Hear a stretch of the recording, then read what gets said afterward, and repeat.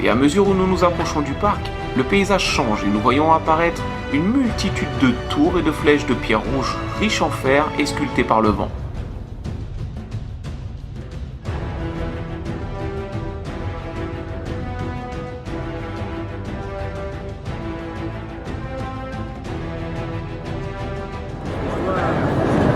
On entre maintenant dans le but.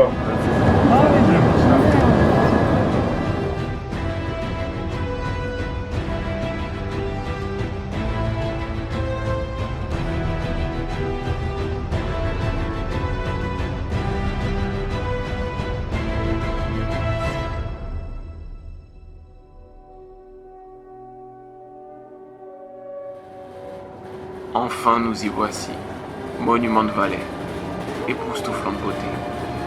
Il y a quelque chose ici de majestueux qui fait penser à des cathédrales mais version nature. Et c'est en 4x4 que nous commençons notre aventure pour aller déjeuner dans le désert de Monument. Nous sommes ici en territoire Hopi, à l'intérieur de la réserve Navarro, et ce sont eux qui gèrent directement les 14 000 hectares de Monument Valley.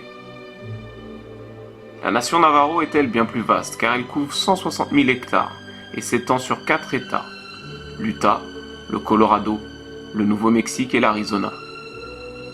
Avec près de 550 tribus aux États-Unis, la nation Navarro est la plus vaste et compte jusqu'à 300 000 individus. Elle est la plus grande d'Amérique et son gouvernement tribal le plus important d'Amérique du Nord. Navarro vient du mot pueblo qui signifie grand champ.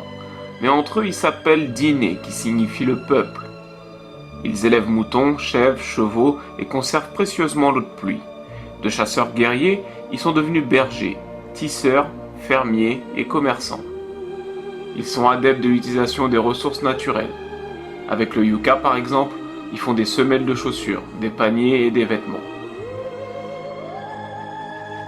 Les femmes travaillent la laine comme autrefois et elles utilisent les plantes pour les teintures. Les moins traditionnels travaillent surtout dans le tourisme, au sein de la réserve ou à proximité. 300 Navarros résident toute l'année à Monument Valley. Durant la Seconde Guerre mondiale, 29 Navarros volontaires mirent au point un langage codé pour communiquer sur les champs de bataille grâce à la complexité de la langue navarro. Près de 400 Navarros ont combattu en tant que Code Talkers dans les batailles autour du Pacifique.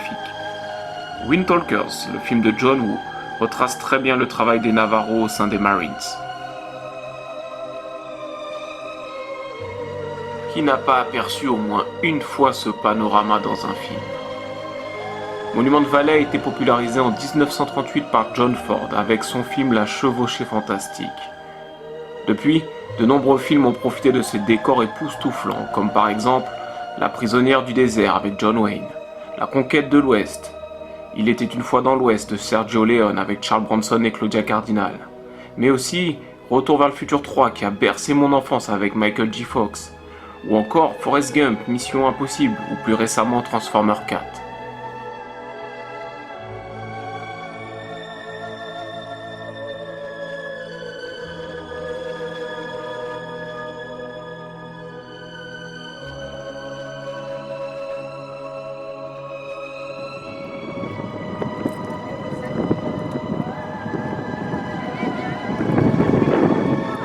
On a le droit de monter dessus?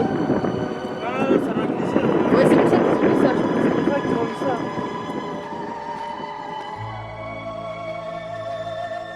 Face à probablement l'un des plus beaux panoramas que peut nous offrir notre aventure dans l'ouest des États-Unis d'Amérique, nous prenons le temps d'immortaliser Monument Valley avec nos appareils et laissons derrière nous ce site exceptionnel de l'ouest, berceau de la nation Navarro et star du cinéma américain.